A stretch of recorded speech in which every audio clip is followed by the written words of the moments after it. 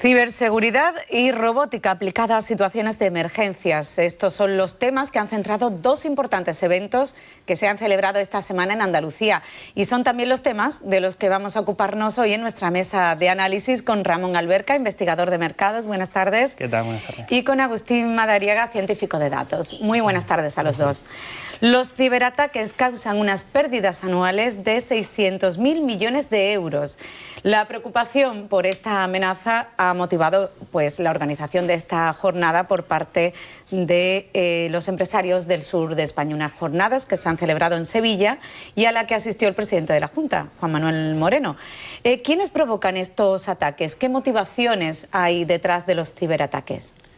Bueno, el tema de la ciberseguridad y de cómo delinquir a través de las redes se ha convertido ya en una industria que puede ser bastante lucrativa, con esas cifras como comentabas. Hay muchísimos intereses de todo tipo. Hay desde intereses económicos pues, para robar información que pueda ser usada para conocer mejor al usuario, por un lado, pero también para otros usos todavía más delictivos, como puede ser chantajes, extorsión con información delicada o incluso secuestrar los dispositivos para pedir dinero a cambio de esa liberación que no deja de ser una estafa más. Entonces es todo un mundo que se retroalimenta hacia la delincuencia y que porque todavía el usuario no está todo lo bien preparado que debería, funciona y se hace algo muy lucrativo. Y por supuesto el sabotaje, ¿no? También es otra de una característica lo que sí se está produciendo es un cambio fundamental de que ahora hay todo tipo de industrias que están afectadas. Hace 20 años los ciberataques se centraban en el mundo de la tarjeta de crédito, en el sector financiero fundamentalmente. Ahora se producen en todos los sectores porque la información es poder. Entonces, robar los datos personales de la base de datos de una gran empresa de retail, por ejemplo, de un gran almacén, es una mina, porque se puede vender esa lista de correo electrónico a alguien. Evidentemente es ilegal, pero es un buen negocio. Entonces, muchísimas empresas además tienen el problema de que no saben de que con el nuevo Reglamento General de Protección de Datos están obligados a informar de inmediato de ese evento de seguridad, de ese problema de seguridad de sus datos a todos y cada uno de los clientes de los que se haya podido robar los datos. Y si no, se enfrentan a multas enormes. Pero a pesar de ello, casi ninguna empresa, casi ninguna pequeña y mediana empresa tiene sistemas de seguridad informático lo suficientemente eficientes como para luchar contra un ciberataque. Hablamos de una gran amenaza, pero también de una gran oportunidad. La ciberseguridad se ha convertido en un sector emergente. De hecho, factura 100.000 millones de dólares al año y demanda 3 millones de empleos de alta calidad y también muy bien remunerados. Sí, efectivamente, son muy bien remunerados porque un buen encargado de evitar esos ataques va a evitar muchas pérdidas. Por lo tanto, son trabajos que están muy valorados y por lo tanto así se les retribuye.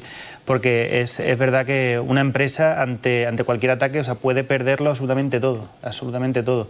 Es algo que suena un poco catastrofista, pero bueno, puede llegar a ser así. De hecho, es cierto que hay pequeñas empresas que yo creo que más por desconocimiento que por otra cosa no cuidan mucho de este aspecto, pero las grandes empresas sí lo hacen y de hecho te hacen muchísimo hincapié en la formación hacia todos sus trabajadores de que cumplan con esos parámetros de seguridad y que, por supuesto, como decía Agustín, que siempre ante cualquier mínima amenaza avisen, reporten, para intentar evitar males mayores.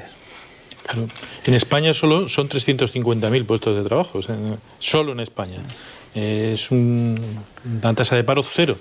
Y hoy es el Día de la Igualdad Salarial, pues hoy es un día para alertar de que prácticamente no hay mujeres dedicadas a este trabajo, cuando son los trabajos mejor pagados ahora y en el futuro.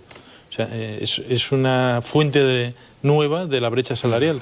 Y me parece que hay un 7 o un 8% de estudiantes mujeres en las facultades que se dedican a este tipo de cosas. Bueno, lo vieron clarísimo unos estudiantes de la Universidad de Sevilla que crearon una empresa llamada Intelligent Security, que creo que ha crecido muchísimo en muy poco tiempo en este sector. Sí, en este sector. Ellos eran un grupo de investigación de la Universidad de Sevilla, empezaron en Sevilla, ganaron un concurso de startups en la Unión Europea, ganaron un concurso de startups en la Caixa, empezaron a trabajar para compañías como Cisco, de ese nivel, y en este momento la sede está en Sevilla, en Tomares, pero también en Londres. De hecho, su operatividad está fundamentalmente en Londres, ¿no? Pues evidentemente aquí hay un enorme potencial, y lo que pasa es que el mercado mundial es mucho más grande que el mercado andaluz y por eso están en Londres. Sí, de hecho, todo este tema de la globalización de esta seguridad viene en parte porque esos ciberataques no tienen fronteras. De hecho, la forma que se blindan estos creadores es usando servidores localizados en países pues, cuya legislación en estos temas es como poco inexistente. Y entonces eso se aprovechan y ante esos ataques son muy comunes ese tipo de ataques que se hagan de forma internacional entre diferentes países. Pues para eso, pues para que el atacante en este caso se va siempre o hace sus acciones desde los sitios donde está más cubierto de no cubrir delitos. Y eso es una ventaja para ellos. ¿Por qué? Porque al final lo que buscan este tipo de personas es ganar dinero con esto. Y es por lo tanto por lo que es peligroso, ¿no? Internet es, voy a decir una obviedad, Internet es totalmente internacional, no hay fronteras, pero en cambio para las leyes sí hay fronteras. Y eso yo creo que es un problema bastante grande a la hora de luchar contra este tipo de ataques. Según datos del Ministerio del Interior, es Andalucía precisamente la comunidad española donde más ciberataques se producen. ¿A qué se debe esto? Yo creo que simplemente porque es donde hay más gente y esto es importante porque es que ya ninguno, ni siquiera el usuario final, está a salvo de sufrir estos ataques. Y de hecho, una cosa muy importante es que la mayoría de las personas ni siquiera se enteran de que lo sufren. O sea, le están robando información de forma ilícita constantemente. O sea, hay formas de obtener información que uno la da, y hay otra que es directamente ilícita, que es a través de, bueno, pues a través de virus, incluso a través de aplicaciones que nos parecen inofensivas, pero luego no lo son. Uno de los casos más básicos de tipos de aplicaciones que hacen ese tipo de cosas son, por ejemplo, los navegadores. Dentro de los navegadores, las barras de búsqueda. Eso te roba una información, pero no solamente de tu propia búsqueda, sino de todo lo que haces con el ordenador. Y como no se tenga cuidado con ese tipo de cosas, las consecuencias pueden ser bastante graves. Pero la cosa es más grave que esto, ¿eh? Hay teléfonos móviles, smartphone, que tienen un virus de fábrica, que están infectados de fábrica. Sí, y entonces está en el propio sistema operativo, no lo puedes quitar, no, es imposible. Está infectado y puede robarte información. En algunos casos se está robando información. De hecho, ha tenido marcas, que no vamos a decir ni una ni otra, que en Estados Unidos han tenido problemas porque venían de fábrica con un sistema espía para en Estados Unidos, y el problema de esto es que te pueden robar las contraseñas del banco, por ejemplo. Claro, pero el responsable es el propio fabricante de ese dispositivo. O alguna de las muchísimas empresas que subcontratan para hacer muchísimas de los componentes de los teléfonos. Y es muy difícil, son temas que son técnicamente bastante complejos, entonces es muy difícil poner cota a esa responsabilidad. No es tan fácil determinar quién la usa el que la roba. Bueno, no, yo no te lo he robado, solamente te lo he copiado. O sea, son argumentos que pueden parecer absurdos, pero ¿Y qué se puede hacer para atajar este tipo de delitos que, como tú bien decías, mucha gente desconoce incluso que está siendo víctima de un ciberataque? Consejos muy sencillos que son prevenir y desconfiar.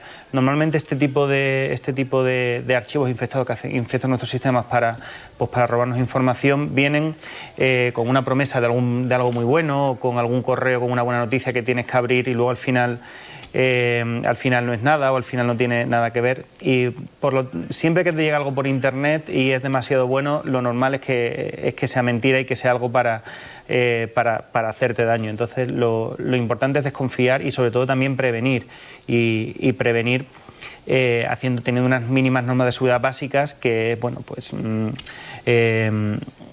sobre todo eso, o sea, sobre todo nunca abrir nada de desconocidos, ser muy precavido con los archivos que se abren, con lo que se descarga de internet, y sobre todo cuando te metes en algún sitio donde no lo conoces, y aunque ni siquiera está 100% a salvo, pero bueno, por lo menos en los casos más evidentes sí que se pueden evitar muchos males a nivel usuario. Sí, de hecho, en estas jornadas una de las conclusiones que se extraían era que todas las empresas están amenazadas y que el coste de una brecha de seguridad es de más de 3 millones de euros. Claro, es que primero puedes perder toda la información. Esa información puede ser tu fuente de rentabilidad, tu diferencia competitiva, esa información, y te la pueden robar. Pero además de eso hay durísimas sanciones por incumplir el Reglamento General de Protección de Datos, porque es que ya no es un problema de que casi ninguna empresa española, de hecho solo el 10% están adecuadamente protegidas, es que el 31% no tienen capacidad de detectar que les han atacado. Un tercio de las empresas españolas no son capaces de saber si alguien les ha atacado o no, con lo que les pueden haber robado absolutamente todo y no lo saben. Ni siquiera lo saben. Y claro, y el problema es que ese es el primer problema, que le roben los datos. El segundo es que, como decía Ramón, le secuestren el sistema operativo y los archivos y entonces tengas que pagar para acceder a ellos.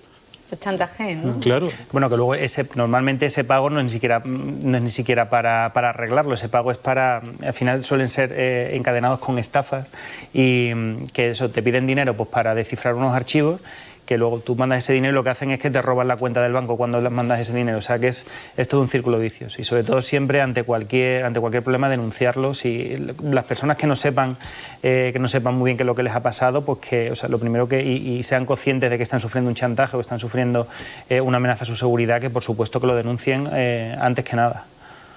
Claro, pero la policía tendrá que actuar a nivel internacional. Muchas veces el hacker no se encuentra ni siquiera en tu propio país y, como tú comentabas, la legislación es muy diversa. Sí, no, pero no tanto como para pillar al hacker, que bueno, que eso también va a ayudar a largo plazo, pero sobre todo pues para intentar solucionar esa situación y sobre todo no seguir cayendo en chantaje y no seguir cayendo en... Y provocar la alerta también general, ¿no? Correcto. Eso es. Y además hay una cosa que es muy importante, que investigando un poco hoy sobre este tema, estamos en un nuevo paradigma social en el que toda la información se comparte, en redes sociales todo el mundo publicamos por dónde trabajamos, cuáles son nuestros movimientos, y incluso esa información puede dar a los malos, en ese sentido, esa información puede decir si eres un buen objetivo para ser una víctima de ataque o no, porque por ejemplo trabajas en una empresa grande que accede a muchos datos a través de su sistema, pero en cambio tú tienes otro perfil y un perfil que a lo mejor es menos técnico y puede ser más fácil de engañar, pero a la vez pueden acceder a tu empresa. Por lo tanto hay que tener muchísimo cuidado, hay que tener siempre 1000 ojos para... Bueno, para un primer consejo. Sí.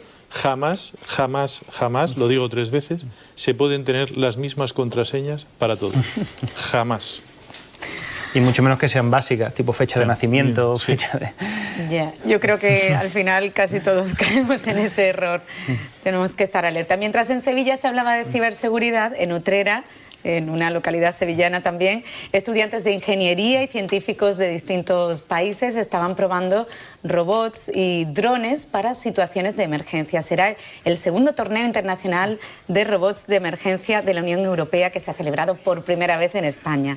¿En qué tipo de situaciones se pueden utilizar estos dispositivos? En cualquier situación en la que un robot sea mucho más eficiente que un humano. Es decir, si en situaciones de emergencia se puede a lo mejor llegar con un dron, con una cámara, a evaluar la situación mucho antes de lo que le haría un operativo de atestados, pues eso va a ayudar muchísimo a la hora de prevenir, a la hora de ser mucho más eficientes a la hora de atender esa emergencia. Seguridad, por ejemplo, evidentemente, hoy ya hay robots que pueden subir una escalera y manejar una manguera. En una situación de enorme peligro no es lo mismo que se funda un robot que se muera una persona, un bombero. No es lo mismo. Siempre con los robots artificieros que se han dedicado, eso no es tan nuevo, pero bueno, que siempre ha existido. Y ahora mismo lo que estamos en un momento, en esa revolución robótica, por llamarlo de alguna manera, que nos estamos ya familiarizando con este tipo de objetos nuevos, porque aunque muchas veces nos parezcan humanos por lo que hacen, no dejan de ser objetos, pero que hacen que podamos atajar los problemas mucho mejor y sobre todo llegar siempre a mejores soluciones y más rápido. Claro, el paso que ha habido desde el robot artificiero, que lo manejaba como si fuera un coche, el artificiero, claro, es que ahora tiene incrustada inteligencia artificial, toma decisiones. No hace falta que haya un ser humano con un mando, el robot toma decisiones. Esa es la diferencia. De hecho, entre las novedades que se han visto en Utrera está un dron que es capaz de crear un mapa en 3D de la zona en la que pues está una persona a la que hay que rescatar o cualquier otro tipo de situaciones. ¿Qué otras novedades habéis visto en este torneo? Bueno, pues también he visto, hay un robot que es capaz de abrir boquetes, en fin. Tú imagínate esto ya desarrollado, en el reciente caso de Julen, tú metes al robot y el robot hace el trabajo. Fíjate la que se ha armado para sacar a un niño de un pozo. Un robot. Y el riesgo para los, seres humanos. Esto es una de las cosas para las que un desarrollo adecuado de los robots sirve, ¿no? Porque realmente orada lo que haga falta sin ningún peligro y además sabe qué tipo de terreno es porque tiene una base de datos de todos los terrenos que hay, sabe el impacto que puede hacer, cuándo no puede hacerlo, etcétera, etcétera. Y también de una forma mucho más precisa que bueno, pues, que hace que a lo mejor se eviten riesgos colaterales que pueda haber. Claro, sobre todo para el personal. El impacto es exactamente el que tiene que ser.